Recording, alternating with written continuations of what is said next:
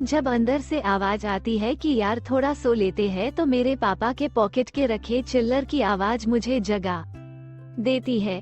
ये जिंदगी क्या सिखाएगी मुझे। मेरी जिंदगी के पहले टीचर मेरे पापा थे और मैंने उन क्लासों को अच्छी तरह सीखा है। ये जिंदगी क्या डराएगी मुझे। मैंने डर को पापा से हारते हुए देखा है। टूट टूट कर जुड़ना पाने पापा से सीखा है। जुड़ जुड़ कर आगे बढ़ना मैंने पापा से सीखा है।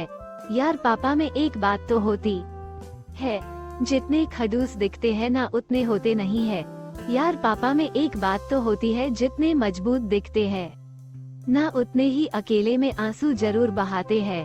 रुक जाना मेरे लिए सबसे आसान है, पर रुक कैसे जाऊं मेरे पाप के पसीने की बूंदें टपक रही है।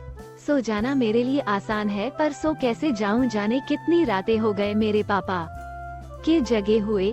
बचपन में जब गिर जाता था तो पापा उंगली पकड़कर उठाते थे और बोलते थे कि शाबाश बेटा, कुछ नहीं हुआ। आज मेरे वही पापा खुद गिरने के कगार पर है। आज मेरे वही पापा इस ललकार पे है कि मैं अकेला नहीं हूँ। मेरा बेटा मेरे साथ है। जिसको बाप की उंगली पकड़ने का मौका मिलता है ना, उसको जिंदगी में कभी और किसी सहारे की जरूरत नहीं पड़ती। हाँ, मेरे खून में पहले से ही है जितना। मेरे किस्मत तो मेरे पापा ने पहले ही लिख दी थी जब मुझे पेन पढ़ना सिखाया था। और ताजुब की बात ही कि मैं अब भी किस्मत में कमियां निकलता हूँ। जो बोलते ही ना कि पापा तो ऐसे ही बोलते हैं, उनका काम है बोलना। वो लोग उनसे पूछिए जिनके बाप नहीं है। अरे ये मुश्किलें क्या रोकेंगी मुझे, जब मेरे पापा बुखार में भी काम पर जाने से नहीं रुके। अरे ये दुनिया क्या डराएगी मुझे, जब मेरे पापा ने इस डर को हमेशा हराया है कि कल के राशन का क्या होगा, कल की मजदूरी का क्या होगा, मेरी फीस का क्या होगा।